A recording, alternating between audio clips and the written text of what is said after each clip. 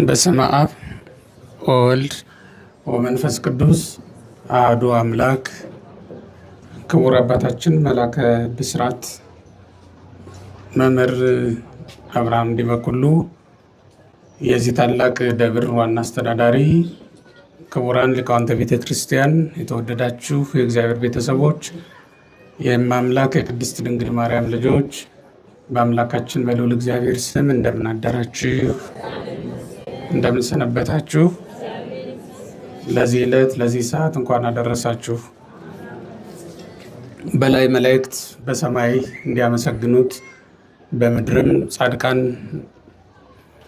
ሰማዕታት በደማቸው በጸሎታቸው በተጋድሏቸው እንዲያከብሩት የፈቀደ የሰማይና የምድር ባለቤት የሰራዊት ጌታ አምላካችን እግዚአብሔር ክረምትን በበጋ በጋን በክረምት የሚለውጥ የሚተካ መዓልትን በሌሊት ሌሊትንም በመዓልት የሚያፈራርቅ በጨለማውም በብርሃኑም ላይ የሰለጠነ ፍጥረትን ሁሉ ፈጥሮ የሚገዛ እሱ ነውና ስለሰጠን ጸጋ ስለማይነገር ስጦታ ሁሉ ስሙ ለዘላለም የተመሰገነ ይሁን።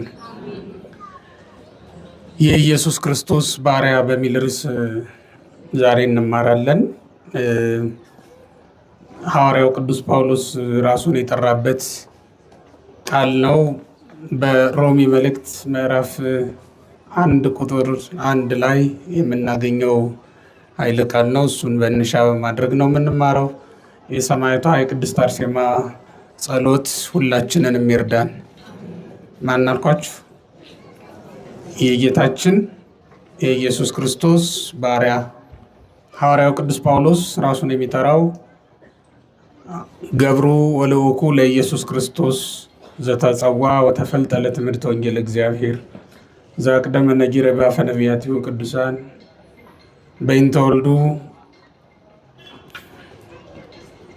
የጌታ የኢየሱስ ክርስቶስ ባሪያ ለእግዚአብሔር ወንጌል የተለየ፣ ይህም አስቀድሞ በነቢያቱ አፍ የተነገረ፣ ይህም ወንጌል ከዳዊት ዘር በስጋ ስለመጣው ስለ ልጁ ስለ ኢየሱስ ክርስቶስ ነው ብሎ በሚያስተምርበት በዚህ መጽሐፉ ላይ በሌሎቹ መልእክታቶቹ ሐዋርያው ቅዱስ ጳውሎስ ራሱን ሲጠራ የጌታችን የኢየሱስ ክርስቶስ ባሪያ ብሎ ነው የሚጠራው።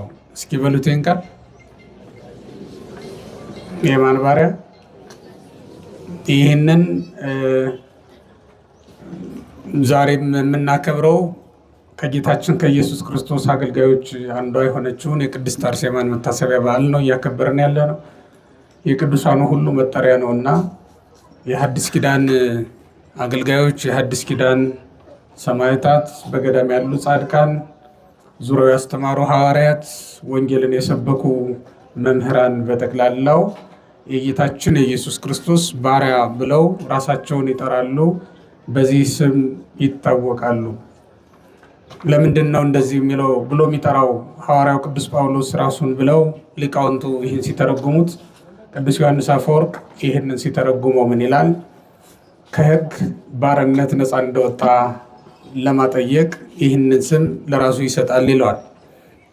አስቀድሞ ሐዋርያው ቅዱስ ጳውሎስ በሕግ ጥላ ስር ነበርና በኃጢአት ባርነት ውስጥ ይመላለስ ስለነበረ ለዚህ ስም ለዚህ ማዕረግ የበቃ አልነበረም። የጌታ የኢየሱስ ክርስቶስ ባሪያ አገልጋይ ብሎ ራሱን ለመጥራት የታደለ አልነበረም። የንጉሥ ሎሌ የንጉሥ አገልጋይ ሆኖ ሳይሾም ንጉሥ ሳይፈቅድለት የንጉሥ አገልጋይ ብሎ ራሱን መጥራት እንደማይቻል ሁሉ ጌታችን መድኃኒታችን ኢየሱስ ክርስቶስ ነዋየ ኅሩየ ረሰይኩከ ከመ ትጹር ስሜ በውስተ አሕዛብ፣ በአሕዛብ መካከል ስሜን እንድትጠራ ምርጥቃ አድርጌሃለሁ ብሎ እስከ ሾመውና እስካመጣው ድረስ ወደ አገልግሎት ከዚያ በፊት በዚህ ስም የተጠራ አልነበረም። ያሳድደው የነበረው ክርስቶስን ነው። ይጠላውም የነበረው ክርስቶስን ነው። በክርስቶስ ስም የተጠሩትን ሁሉ ወደ ወህኒ ይጨምራቸው የነበረ ኃያል ሰው እንደነበረ ራሱም ተናግሮታል። ቅዱስ ሉቃስም በሐዋርያት ሥራ ምዕራፍ 9 ላይ ተርኮታል። ያንኑ ታሪኩን ሉቃስ የተረከውን ራሱ ቅዱስ ጳውሎስ ደግሞ የሐዋርያት ሥራ ምዕራፍ 22 ላይ ሲተርከው እንሰማዋለን። ዘኮነ ቀዲሙ ሰዳዴ ወጻሌ ነው። አስቀድሞ አሳዳጅና ተሳዳቢ የነበረ ሰው ተብሎ ነው የሚጠራው ቅዱስ ጳውሎስ በሌሎችም ሐዋርያት ዘንድ የሚታወቀው። ያንን ታሪክ ለውጦ ግን አምላካችን መድኃኒታችን ኢየሱስ ክርስቶስ በፍቅር ሳበና የራሱ ደቀ መዝሙር የራሱ ገንዘብ አደረገው ማለት ነው። እግዚአብሔር ሰውን ወደ ራሱ የሚጠራበት መንገድ ልዩ ልዩ ነው። አንዳንዶቹን ሐዋርያ ልኮላቸው፣ አንዳንዶቹን ደግሞ በሆነ አጋጣሚ ወደ ራሱ የሚመጡበትን መንገድ አመቻችቶላቸው ምልክት ነግሯቸው የሚመጡ ሰዎች አሉ። እንዲሁም ቅን ልቡናቸው ብሩህ አይምሯቸው እውነትን ወደ መፈለግ አብቅቷቸው እውነትን ለመፈለግ አነሳስቷቸው ያን የሚፈልጉት እውነትን ክርስቶስ ሆኖ አግኝተውት የመጡም ደግሞ አሉ። እነዚህ ለእግዚአብሔር ወንጌል የተለዩ ሆነው በጌታችን በኢየሱስ ክርስቶስ ስም የሚጠሩ ሆነው ይገኛሉ ማለት ነው። ይህ ስም እንዲሁ ዝም ብሎ ማንኛውም ሰው በየትኛውም አይነት ሕይወት እየኖረ የሚጠራበት ስም አይደለም። ምናልባት በቤተ መንግስት የሚያገለግሉ የንጉሥ ባለሟሎች ለንጉሱ ታማኝ ላይሆኑ ይችላሉ። በአፋቸው ይወዱታል፣ በልባቸው ደግሞ ይክዱታል። ብዙ ነገስታት በገዛ አገልጋዮቻቸው ተገፍተው የወደቁት በልባቸው በሚንቋቸው በአፋቸው ግን በሚያከብሯቸው አገልጋዮቻቸው። ሐዋርያው ቅዱስ ጳውሎስ ራሱን የጌታ የኢየሱስ ክርስቶስ ባሪያ ብሎ ሲጠራ ግን በአፍም በልብም የሚያከብረውን ኢየሱስ ክርስቶስን ነው። ይህንንም አስቀድሞ ራሱ እግዚአብሔር እንዲያውቅ በእግዚአብሔር ስም ምሎ የሚያረጋግጥልን ይሆናል። በሌላ ስፍራ ስንመለከተው ማለት ነው። እግዚአብሔርን በአፍ አምኖ በልብ ቢክዱት፣ በልብም አምኖ በአፍ ቢክዱት የሚጠቅም ነገር የለም። አፍኒ ወልብ ህቡረ የመኑ ነውና አፍም ልብም አብረው አንድ ሆነው ሊያምኑ ስለሚገባ ሰው በልቡ አምኖ በአፉ ቢመሰክር የሚጸድቅ እንደሆነ ቅዱሳት መጻሕፍት ስለሚነግሩን አፍም ልብም አብረው አንድ ሆነው የሚናገሩት ቃል ነው። የጌታ የኢየሱስ ክርስቶስ ባሪያ ብሎ መናገርን ማለት ነው። ሰው በልቡ የተቀበለውን ክርስቶስን ነው በአፉ የሚናገረው። በልቡ ያከበረውን ክርስቶስን ነው በአፉ የሚያመሰግነውም የሚቀድሰውም ማለት ነው። ስለዚህ ቅዱስ ጳውሎስ ይህንን ቃል የጌታ ኢየሱስ ክርስቶስ ባሪያ ብሎ ራሱን ሲጠራ በልቡ የሚያምነውን ነው በአፉ እየመሰከረልን ያለው ማለት ነው። ይሄ ቃል በጣም ትልቅ ቃል ነው። ምክንያቱም ሐዋርያው ከሕግ ባርነት ነፃ መውጣቱንና ከኃጢአት የተለየ መሆኑን ስለሚያሳይ ነው። ቀጥሎም ለእግዚአብሔር ወንጌል የተለየ ስለሚል፣ ለእግዚአብሔር ወንጌል የተለየ ማለት ምንድን ነው? ለጌታችን ለኢየሱስ ክርስቶስ ተመርጦ የተሰጠ ምርጥ ዕቃ ማለት ነው። ምክንያቱም ወንጌል ማለት ክርስቶስ ነው። ራሱም ሐዋርያው እንደተናገረው ይህም አስቀድሞ በነቢያቱ አፍ እንደተነገረ ስለ ልጁ ስለ ክርስቶስ ነው የሚለው። ከዳዊት ዘር በስጋ ስለመጣው ስለ ልጁ ስለ ክርስቶስ ነው ብሎ ስለሚናገር ወንጌል የምትናገረው ስለ ክርስቶስ ነው። ወንጌልም የተነገረችው በክርስቶስ ነው። ሦስቱም አብ፣ ወልድ፣ መንፈስ ቅዱስ አንድ ሆነው የሰሯት የአብ የወልድ የመንፈስ ቅዱስ ሕግ ተብላ የምትጠራ ወንጌል ለዚች የተጠራ የተመረጠ ነውና የጌታ የኢየሱስ ክርስቶስ ባሪያ ብሎ ሲጠራ ቅዱስ ጳውሎስ ከኃጢአት ነፃ መውጣቱን የሚያሳይ ነው። በኃጢአት እየኖሩ በዚህ ስም መጠራት አይቻልም። ምክንያቱም ልባችንን ኃጢአት እየገዛው በአንደበታችን ይህን ብንናገር ምንም የሚጠቅም ነገር ስለሌለው ነው። ይሄ ነፃነትን የሚያውጅ ነፃነትን የሚያሳይ ለእግዚአብሔር ወንጌል መለየት ማለት ከዓለም መለየትን በጠቅላላው የሚያሳይ የሚያስረግጥ ልዑል የሆነ ቃል ስለሆነ ነው። የእግዚአብሔር ቤተሰቦች በታላቅ ቃል ነው የተናገረው ሐዋርያው ቅዱስ ጳውሎስ። ለመልእክታቱም መግቢያ አድርጎ ብዙ ጊዜ ይጠቀመዋል። እነ ቅዱስ ጴጥሮስና ሌሎችም ሐዋርያት ይህንን ቃል ይጠቀሙታል። የጌታ የኢየሱስ ክርስቶስ ባሪያ አገልጋይ ብለው ራሳቸውን ይጠራሉ። ይህም ከሌላው ነገር ሁሉ የተለዩና ከሌላው ሁሉ ነፃ መሆናቸውን የሚያሳይ ነው። ያለባቸው ጉዳይ ንጉሱን ማገልገል ብቻ ነው። እሱም ክርስቶስ ነው። ለወንጌል ነው የተለዩት። ከሌላ ሁሉ ነገር ነው የተለዩት። ያ ቀድሞ ሰው እንዲያሳድድ እና እረፍት አጥቶ በሌሊትም በቀንም እንዲወጣ እንዲወርድ ያደርገው ከነበረው ጉዳይ ሁሉ እረፍት እንዳገኘ ሳውል ማለት እረፍት ዘአልቦ ማለት ነው ይላል አንድ የውጭ ሀገር ሊቅ ሲተረጉም። ሳውል ማለት እረፍት የሌለው ሰው ማለት ነበረ። አሁን ግን ጳውሎስ ወደሚል ስም ተቀይሮለታል ይላል። ይህም እረፍት እንዳገኘ የሚያሳይ ብርሃን የሚል ትርጉም የሚሰጠው ታላቅ ስም ነው ያገኘው ይላል። አሁን እረፍት ወደሚያገኝበት ስፍራ ነው ተጠርቶ የመጣውና ለዚህ የተለየ ብሎ ራሱን ይጠራል። ለእግዚአብሔር ወንጌል የተለየ ብሎ ራሱን ሲጠራ የኢየሱስ ክርስቶስ ባሪያ ብሎ ራሱንም ሲጠራ ሌላ ምንም አይነት ዕዳ የሌለበት መሆኑን እየተናገረ እያወጀ ነው። ነፃነቱን እየተናገረ ነው ማለት። ከዚያ በፊት ሊቃነ ካህናት ይልኩታል። ከዚያ በፊት የሮማ ነገስታት ያዘዙታል። በደብዳቤ ተልኮ ነበረ። ወደ ደማስቆም ሲሄድ የነበረውና ኢየሱስ ክርስቶስ መንገድ ላይ ያገኘው እንዲህ ተልኮ ይሄድ በነበር የረበናትን ስርዓት ለማስፈጸም እሱም የእግዚአብሔር ትእዛዝ አይደለም። ጌታችን መድኃኒታችን ኢየሱስ ክርስቶስ በማቴዎስ ወንጌል ምዕራፍ 15 ላይ እንደተናገረው አንትሙኒ ተታደው ትእዛዝ እግዚአብሔር በእንተ ሥርዓትክሙ ነው የሚላቸው። ስለ ሕጋችሁ ነው የሚላቸው። ስለ ሕገ እግዚአብሔር አይደለም። ስለ ሕጋችሁ የእግዚአብሔርን ትእዛዝ ታፈርሳላችሁ ነው ያላቸው። እነሱ የእግዚአብሔርን ትእዛዝ ለማስከበር እየሞከርን ነው ብለው ነው የሚያስቡት። ግን ስለ ሕጋቸው እንጂ ስለ ሕገ እግዚአብሔር አልነበረም የሚከራከሩ የነበሩት። ክርስቶስንም በመቅደስ እንዳያስተምር ሲከለክሉት፣ በሰንበት ታምራት እንዳያደርግ፣ ድውይ እንዳይፈውስና ሕዝቡን እንዳይጠቅማቸው እንዳያገለግላቸው ሲከለክሉት ስለ ስርዓታቸው እንጂ ስለ ሕጋቸው እንጂ ስለ ሕገ እግዚአብሔር አልነበረም። ሕገ እግዚአብሔር የሚያሳስባቸው ሰዎች ስላልነበሩ ሰው ስጋዊ ሐሳብ ከገዛው ሰው የዚህ ዓለም ፍቅር ከማረከው ሕገ እግዚአብሔርን ከሕገ ሰብ ሕገ እግዚአብሔርን ከሕገ ዓለም ለይቶ አያውቅም። መለየት ይሳነዋል እና የሚያደርጋቸውን ነገሮች ሁሉ ለእግዚአብሔር ብሎ የሚያደርጋቸው። ሰው ሲሳደብም ለእግዚአብሔር ብሎ የሚያደርግ ነው የሚመስለው። ሰው ሲገልም ለእግዚአብሔር ብሎ የሚያደርግ ይመስለዋል። ብዙ ነገሮችን ሲያደርግ ለእግዚአብሔር ብሎ ያደረገ ሁሉ ሊመስለው ይችላል ማለት ነው። ሕገ እግዚአብሔርን ከሕገ ሰብ ከሕገ ዓለም ለይቶ አያውቅም። እግዚአብሔር የዚህን ዓለም በዚህ ዓለም ፍቅር ተማርከን ከፍቅሩ እንዳንወጣ ሁላችንን የሚጠብቀን ከዚያ ነፃ መውጣቱን የሚያስረዳለት ስለሆነ ነው ቅዱስ ጳውሎስ የክርስቶስ ባሪያ ብሎ ራሱን የጠራው። ለዚህ ነው ቀደም ሲል እመቤታችን ቅድስት ድንግል ማርያም እነሆ የጌታ ባሪያ ብላ ራሷን ጠርታ ነበረ። ነያ ዓመተ እግዚአብሔር ብላ ራሷን ጠርታ ነበረ በሉቃስ ወንጌል ላይ እንደምናነበው። ይህንን ብሎ መጠራት በዚያ ዘመን ክብር ነው ይላሉ አባቶቻችን። ምክንያቱም ግማሹን ሕዝብ ሕገ ጣዖት ይገዛዋል፣ ግማሹን ሕግ ደግሞ ስርዓተ ረበናት ያስተዳድረዋል።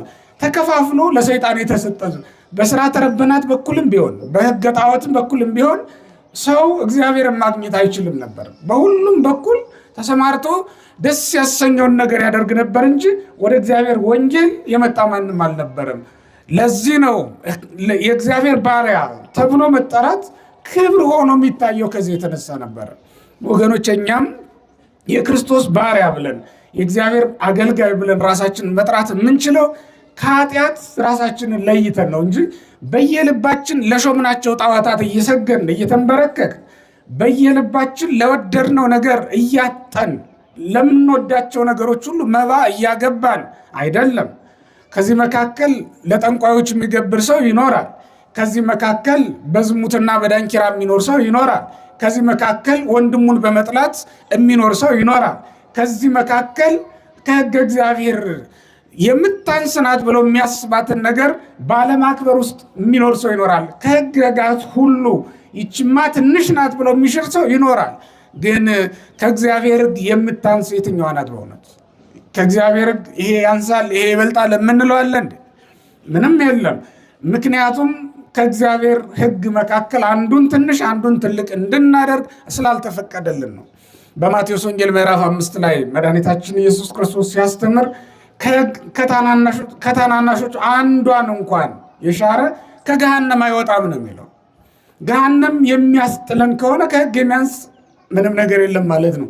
ከፈጸምናቸው ነገሮች ደግሞ ሁሉንም ነገር ፈጽመን መንግሥተ ሰማያት የምንገባ ከሆነ ሁሉም ጸጋን የሚያሰጡን ከሆነ ከሕግ ትንሽ ምንም ነገር የለም ማለት ነው። እንደዚያ በማለት ውስጥ የሚኖር ሰው እንዴት ብሎ ነው የጌታ ኢየሱስ ክርስቶስ ባሪያ ብሎ ራሱን መጥራት የሚችለው? እንዴት ብሎ ነው? ይሄ እኮ ከኃጢአት ነፃ ለመውጣት ማረጋገጫ ነው። ከኃጢአት ነፃ የወጣ ሰው ራሱን የሚጠራበት ነው ማለት። ለእግዚአብሔር ወንጌል የተለየ ነው የሚለው ወገኖቼ። ለክርስቶስ ወንጌል መለየት ያስፈልጋል። ለክርስቶስ ወንጌል ስትኖሩ ከዓለም ልትለዩ ትችላላችሁ።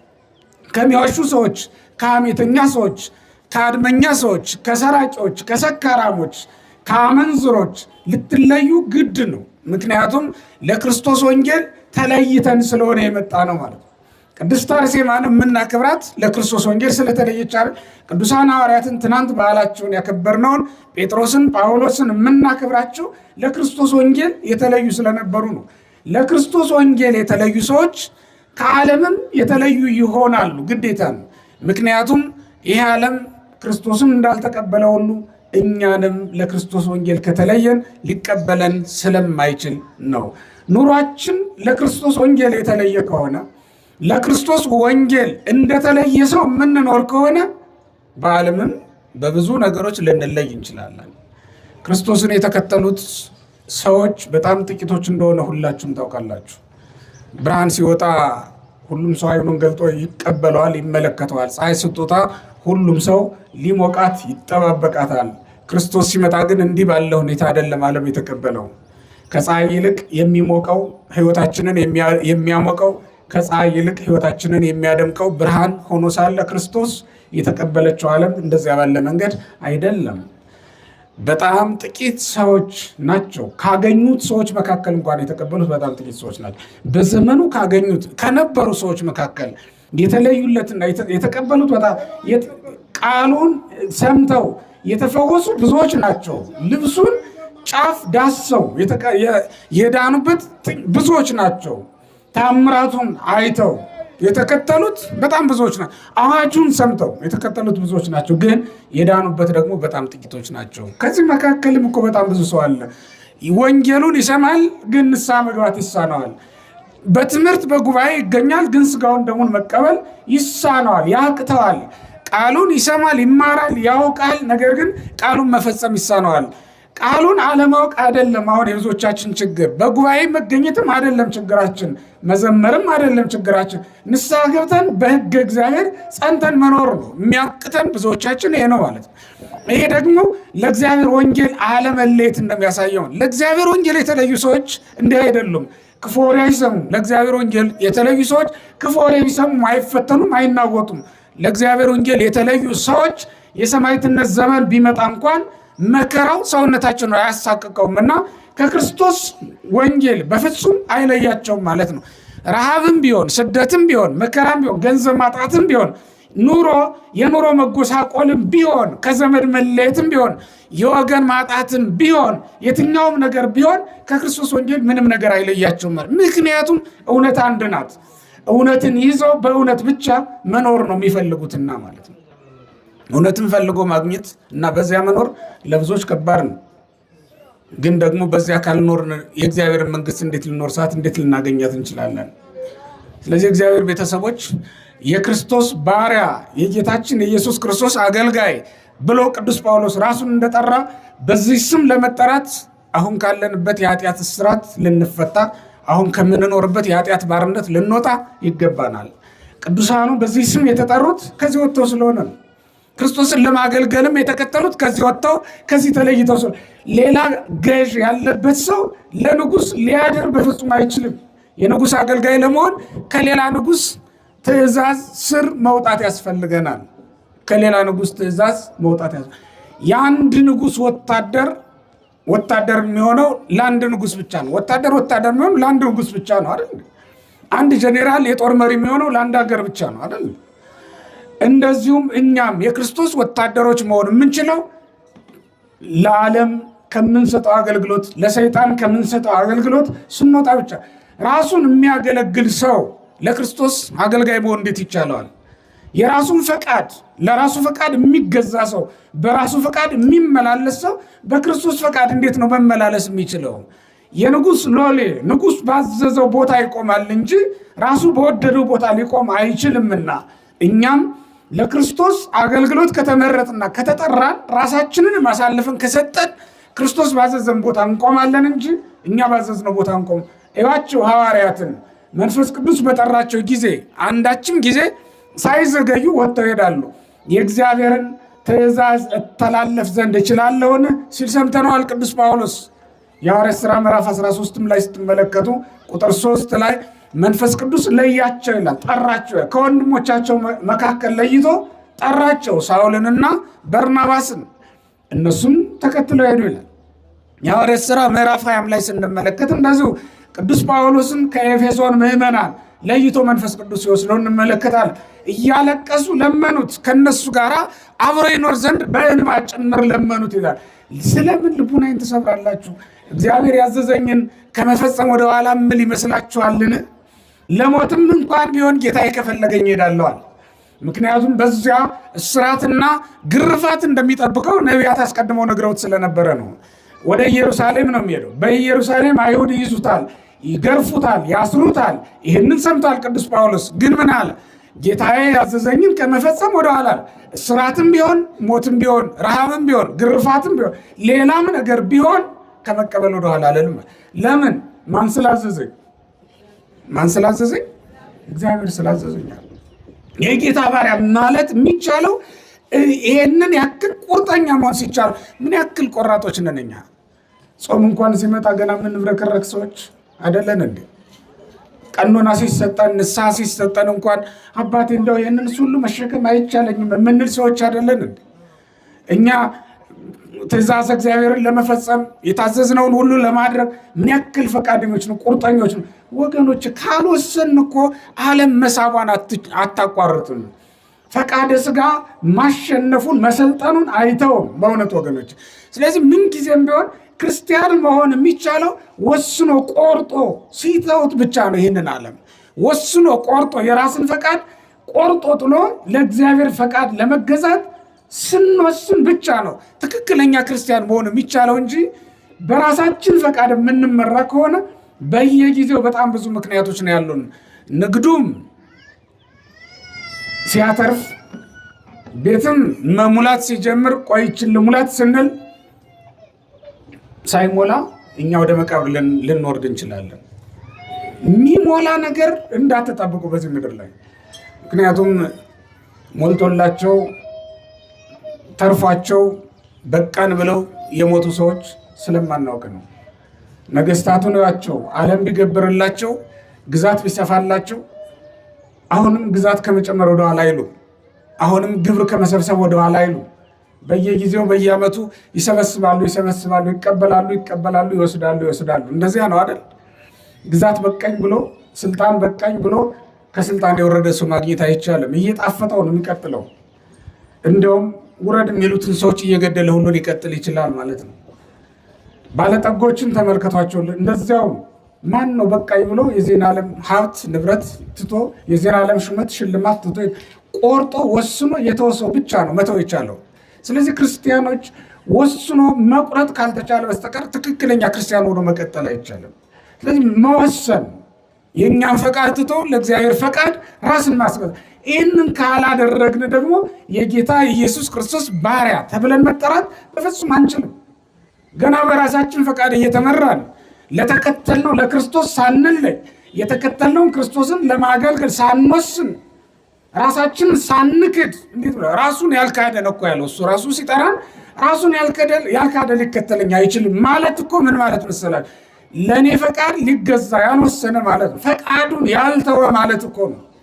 እኛ ገና በራሳችን ፈቃድ ውስጥ ስለሆን ነው እዚህ መተን ስርዓተ ቤተክርስቲያን እንዲስተካከልልን ነው እንጂ የምንፈልገው እኛ መስተካከለን እንደ ስርዓቱ መሆን መመላለስ አንችልም። እኛ ራሳችን ስርዓቱ በእኛ ልክ እንዲሆን ደግሞ እንደገና እንፈልጋለን ማለት ነው።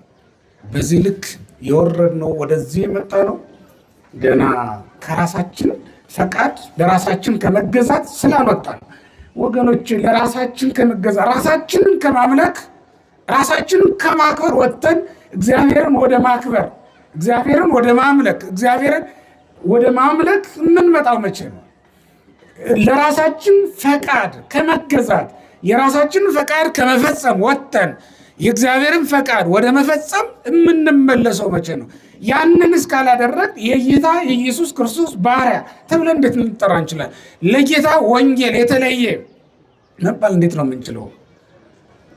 እንደ ማንኛውም በአሕዛብ ስርዓት እየተመላለስ በአሕዛብ ስርዓት ተጋብተን ጋብቻችን በዚያ ስርዓት ፈጽመን አሕዛብ እንደሚያደርጉት ለልጆቻችን አሻንጉሊት አሳቅፈን ወንጌል ሳንነግራቸው ቃል እግዚአብሔር ሳናስተምራቸው ባህል፣ ወግ፣ ስርዓት የሚባል ነገር ሳናሳያቸው የቤተ ክርስቲያንን ማይጠንቷን ሳናሸታቸው ቅዳሴዋን ሳናሰማችሁ አሳድገን በመብል በመጠጥ ብቻ እንደ እንስሳ እየመገብን ስጋዊ ምግብ ብቻ እየመገብን አሳድገን። ይሄ ነው ክርስትና? ለእግዚአብሔር ወንጌል መለየት ማለት እንዲህ ነው?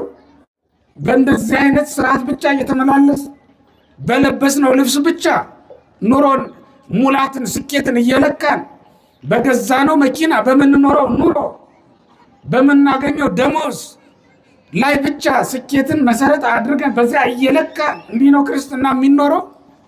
የእግዚአብሔርን ፈቃድ መፈጸም ለእግዚአብሔር ወንጌል መለየት ማለት እንዲህ ነው?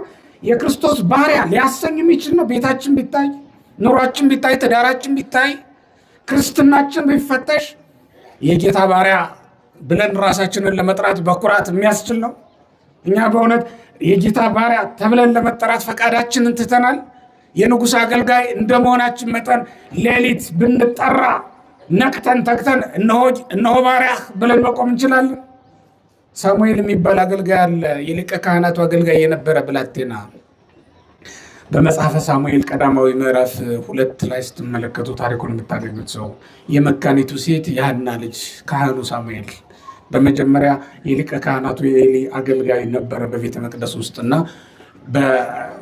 ከዕለታት በአንድ ቀን ራእይ ተገለጠለት። ግን ራእይ ያለመደ ገና ወጣት ብላቴና ስለነበረ የጠራው ማን እንደሆነ ስላላወቀ ሊቀ ካህናቱ የጠራው መስሎት ሂዶ እነሆ ባሪያ ብሎ በሌሊት ወገቡን ታጥቆ በሊቀ ካህናቱ ፊት ሊያገለግል አደግድጎ ቆሞ እነሆ ባሪያ መጥቻለሁ ምን ልታዘዝ ይለው ነበር ይላል።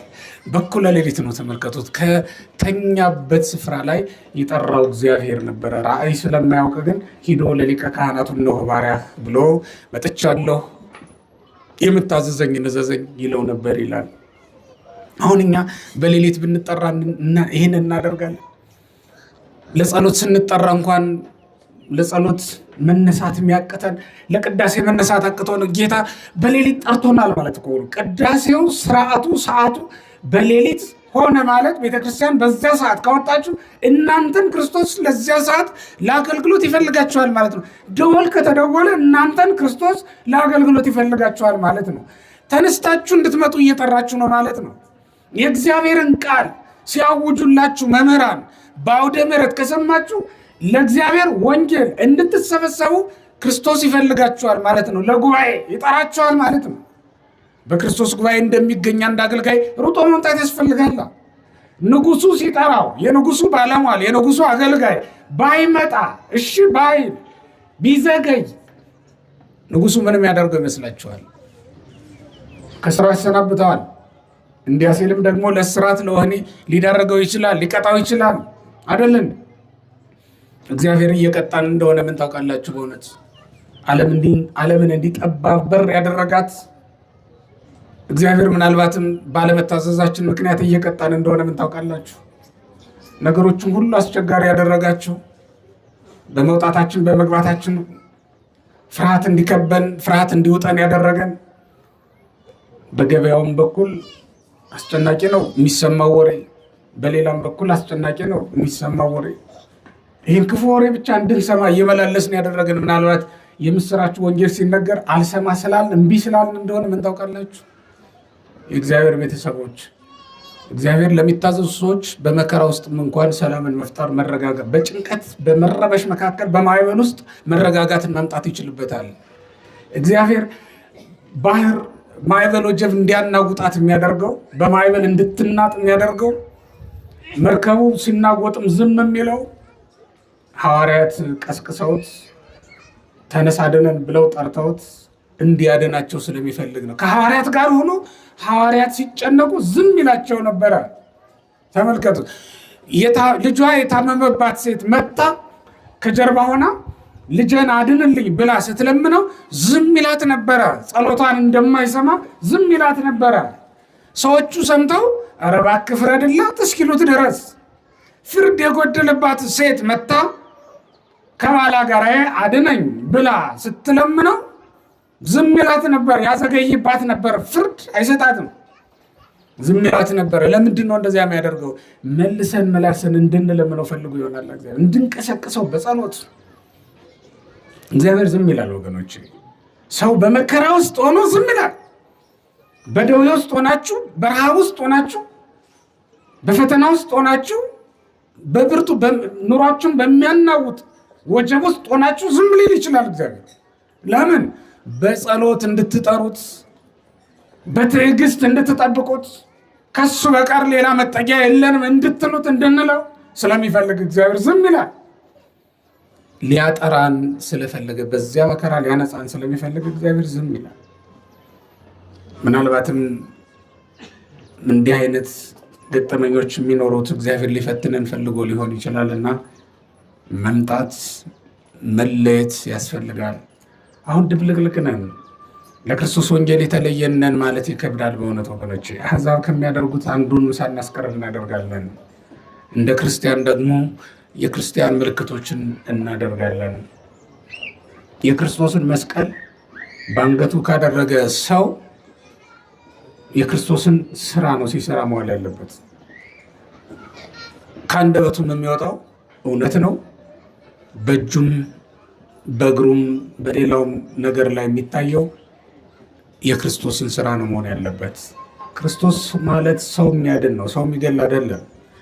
ክርስቶስ ማለት ለሰዎች የምስራችን የሚናገር ነው፣ ለሰዎች መራራ ቃልን የሚናገር አይደለም። መራራ ቃልን የሚናገር ክርስቶሳዊ የለም። ሰዎችን የሚገድል ክርስቶሳዊም የለም። ለሰዎች የማይራራ ክርስቶሳዊም የለም። ምክንያቱም በወንጌል ስለ ክርስቶስ የተጻፈው ሕዝቡንም አይቶ አዘነላቸው የሚል ስለሆነ ነው። ምን አለላቸው?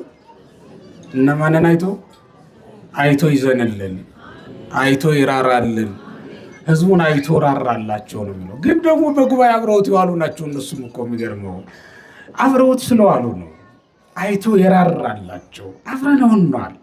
እኛ እኮ ስንወጣ እየረሳ ነው። ከክርስቶስ ጋር እንዋል ወገኖቼ። ሀሳባችንን ሁሉ ከክርስቶስ ጋር እናድርገው። ንግግራችን ሁሉ ከእሱ ጋር ይሁን፣ ከሰዎች ጋር አይደለም። ዓለምን ጠባብ ያደረጉብን ሰዎች አይምሰሏችሁ። እግዚአብሔር ካልፈቀደ ማንም ይህን ሊያደርግ ስለማይችል ኑሮውን ያስወደዱብን ሰዎች እንዳይመስሏችሁ። እግዚአብሔር ካልፈቀደ ማንም ይህን ሊያደርግ ስለማይችል ኑሯችንን ያመረሩብን ሰዎች እንዳይመስሏችሁ። እሷ ናት እንጂ ከሟርተኛ ከአስማተኛ ይሄን አድርግ አትበሉ። ሰው የማንንም ኑሮ ሊያመራ አይችልም። ቢሆንስ በእውነት እግዚአብሔር መራራውን ማጣፈጥ ጣፋጩን ማምረር ይችላል? አይችልም? ክፉን ደግ ደጉን ደግሞ ክፉ ማድረግ ይችላል? አይችልም? ሰማዩን እንደ ምድር ምድሩን እንደ ሰማይ ማድረግ ይችላል? ይችላል። እግዚአብሔር ምድርን በዚህ ስርዓት ሰማዩንም በዚያ ስርዓት ያጸናው እሱ እግዚአብሔር አይደል?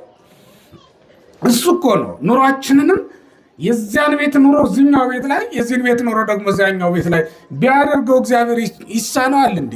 ምንም እኮ አይሳነው። የአርሴማ አምላክ፣ የቅዱስ ጊዮርጊስ አምላክ፣ የጴጥሮስ የጳውሎስ አምላክ፣ ጳውሎስ የተለየለት፣ ጴጥሮስ የተሰቀለለት፣ ቁልቁል የተሰቀለለት አምላክ ኢየሱስ ክርስቶስ ኑሯችንን ሁሉ መለወጥ የሚቻለው አምላክ ነው። ስለዚህ በእውነት ከክርስቶስ ጋር መዋል እንልመድ፣ እንዲራራልን። በእውነት እግዚአብሔር ሊራራልን ካልቻለ በስተቀር አሁን ከገባንበት ኑሮ ማን ሊያወጣን ይችላል? በጣም አስጨናቂ ፈተና ውስጥ ያሉ እኮ ሰዎች አሉ። ገንዘብ ጎሎባቸው፣ ኑሮ ጎሎባቸው፣ ትዳር ፈተና ሆኖባቸው አስጨናቂ ሕይወት ውስጥ ያሉ እዚህ አርሴማ ደጅ ላይ መጥተው ሲያለቅሱ ያረፈዱ እኮ በጣም ብዙ ሰዎች ናቸው ያሉት። ከክርስቶስ ጋር ካልዋሉ ማን ሊራራላቸው ይችላል? አለቆች የሚራሩት ክርስቶስ የራራላችሁ እንደሆነ ነው።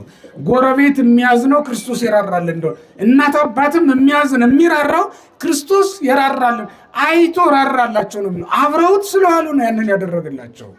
አብረን መዋል እንመል እንጂ ከሱ ጋር አብሮ ውሎ የማይራራለት ማንም ሰው ስለሌለ ነው ይንን እምላችሁ። ቅዱሳን አባቶቻችን አብረውት ዋሉ፣ አብረውት ኖሩ። ማንም በዘመኑ እንደሚያደርገው የእግዚአብሔር አገልጋይ የሆነ ሁሉ እንደሚያደርገው ቅድስት አርሴማም ሌሎችም ቅዱሳን ይህንን አደረጉ። ለእግዚአብሔር ወንጌል ከተለዩ በኋላ ወደ ዓለም መመለስ ሹመት ቢሰጧቸው ሽልማትን ቢሰጧቸው ማለት ወደ ዓለም መመለስን እምቢ አሉ። ዓለምን ተጸየፉ ማለት ነው።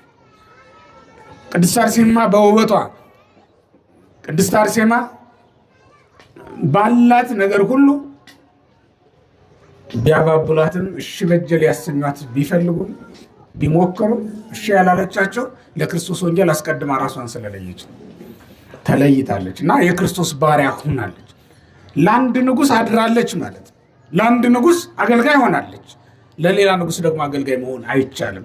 ለሁለት ንጉሥ መገዛት አይቻልም። ጌታም እንደተናገረው ለገንዘብ የሚገዛ ለእግዚአብሔር መገዛት አይችልም። ለዓለም የሚገዛ ዓለምን የሚወድ ክርስቶስን ሊወድ አይችልም።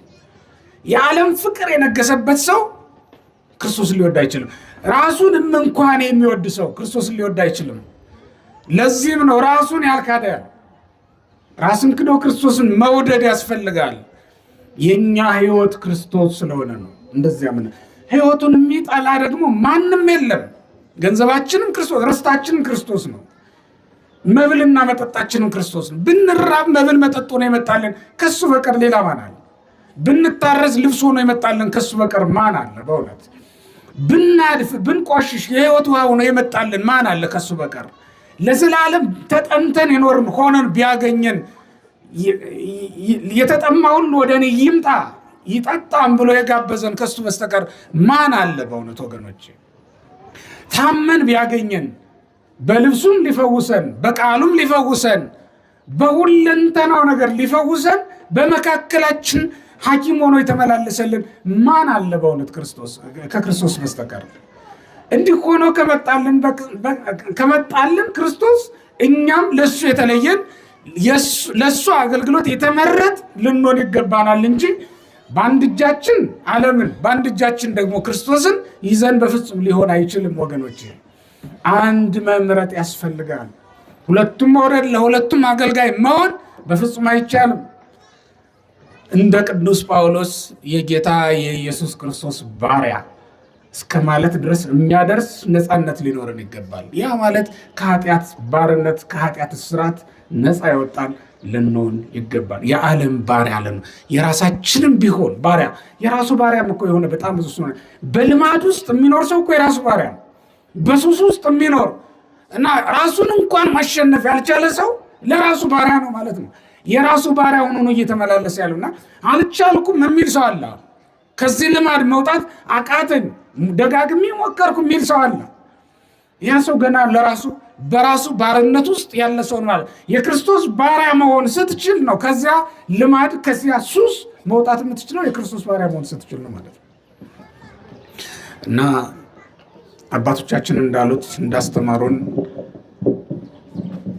ከተለያዩ ባርነቶች ወጥተን ለክርስቶስ የምንገዛ የክርስቶስ ባሮች የክርስቶስ አገልጋዮች መሆን ይኖርብናል። ያስተማረን የመከረን የአባቶቻችን አምላክ ልዑል እግዚአብሔር ስለማይነገር ስጦታው ስሙ ለዘላለም የተመሰገነ ይሁን።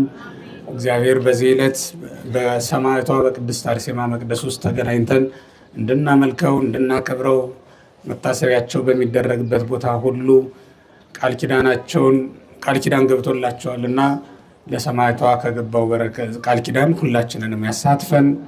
ሰማዕቷ መታሰቢያዋ በሚደረግበት ቦታ ሁሉ ተገኝታ በረድኤት ትባርካለችና እኛንም ትባርከን። እግዚአብሔር ይስጥልኝ።